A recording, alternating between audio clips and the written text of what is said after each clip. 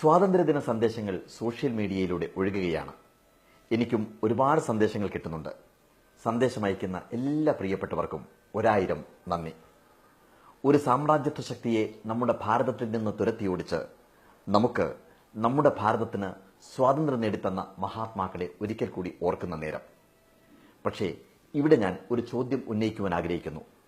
അരികിൽ മരിച്ചു കിടക്കുന്ന ഒരാളെ പോലും തിരിഞ്ഞു നോക്കാൻ നേരമില്ലാത്ത നമുക്ക് എവിടെയാണ് അന്ന് നമ്മൾ ഇതുവരെ കാണാത്ത, പക്ഷേ നമുക്ക് വേണ്ടി പടപൊരുതിയ ആ സേനാനികളെ ഓർക്കുവാൻ നേരം? ഞാനിത് പറയുവാൻ കാരണം ഇന്നലെ ടെലിവിഷനിൽ കണ്ട ഒരു ദൃശ്യത്തെ അനുസ്മരിച്ചുകൊണ്ടാണ്. ഭാരതത്തിന്റെ തലസ്ഥാന നഗരിയിലെ തെരുവിലൂടെ ഒരാൾ നടന്നു പോകുന്നു. അയാളെ ഒരു വാഹനം വന്നിടിക്കുന്നു. വാഹനം തൊട്ടപ്പുറത്ത് നിർത്തുന്നു. ഡ്രൈവർ ഇറങ്ങിക്കഴിഞ്ഞതിന് ശേഷം വാഹനത്തിന് എന്തെങ്കിലും പരിക്കുണ്ടോ എന്ന് നോക്കിക്കഴിഞ്ഞതിന് ശേഷം വാഹനം ഓടിച്ച് പോകുന്നു. അതേസമയം ഇയാൾ ഇവിടെ മരിച്ചു കിടക്കുകയാണ്. ഒരു മനുഷ്യൻ മരിച്ചു കിടക്കുന്നത് കണ്ട് ഒരു നാൽക്കാലി മരിച്ചു കിടക്കുന്ന പരിഗണന പോലും നൽകാതെ 2 കാലുള്ള മൃഗങ്ങൾ അങ്ങോട്ടും ഇങ്ങോട്ടും നടക്കുന്നു. ഒരാൾ വന്നതിന് ശേഷം അയാളുടെ മൊബൈൽ കൈക്കലാക്കി കടന്നു കളയുന്നു. ഈ ഭൂമിയിൽ തന്നെയാണ് നമ്മൾ ജീവിക്കുന്നത് എന്ന് ചിന്തിക്കുന്ന സമയം. ഓരോ ഭാരതീയനും ലജ്ജിച്ച് തല താഴ്ത്തിയ നിമിഷം. യഥാർത്ഥത്തിൽ നമ്മൾ സന്ദേശം അയക്കേണ്ടത് നമ്മുടെ ഇരുളടഞ്ഞ മനസ്സിലേക്ക് തന്നെയല്ലേ?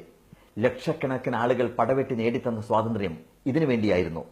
മീററ്റിലെ കലാപഭൂമിയിലൂടെയും ജാലിയൻ വാലാബാഗിന്റെ മതിൽക്കെട്ടിനകത്തുകൂടെയും നടക്കുമ്പോൾ ആരുടെയൊക്കെ നെഞ്ചുകീറി കടന്നുപോയ ചുമരിലെ വെടിത്തുളകൾ ഇപ്പോഴും നമ്മളെ തുറച്ചു നോക്കുന്നുണ്ട്.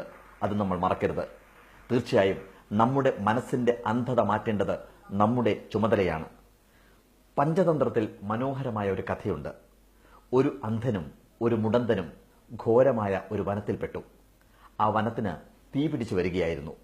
മുടന്തൻ പറഞ്ഞു, തീ അടുത്തു വരുന്നത് എനിക്ക് കാണാൻ സാധിക്കുന്നുണ്ട്, പക്ഷേ എനിക്ക് ഓടാനാവില്ലല്ലോ എന്ന്.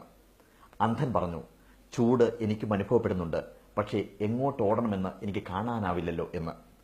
അന്ധൻ ഉടനെ പറഞ്ഞു, നീ എന്റെ തോളിലേക്ക് കയറ്, നമുക്ക് 2 പേർക്കും ചേർന്ന് ഒരു ശരീരമാവാം. അങ്ങനെ മുടന്തൻ ദിശ പറഞ്ഞു കൊടുത്തു. അന്ധൻ ഓടി, 2 പേരും രക്ഷപ്പെട്ടു എന്നുള്ളതാണ് കഥ.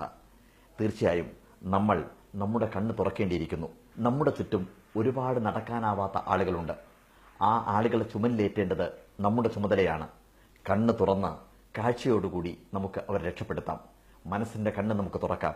നമ്മുടെ കാതുകളിലൂടെ നമുക്ക് കേൾക്കാം. ഹൃദയം കൊണ്ട് നമുക്ക് അവരെ സ്വീകരിക്കാം. അതാവട്ടെ ഈ സ്വാതന്ത്ര്യദിനത്തിന്റെ സന്ദേശം.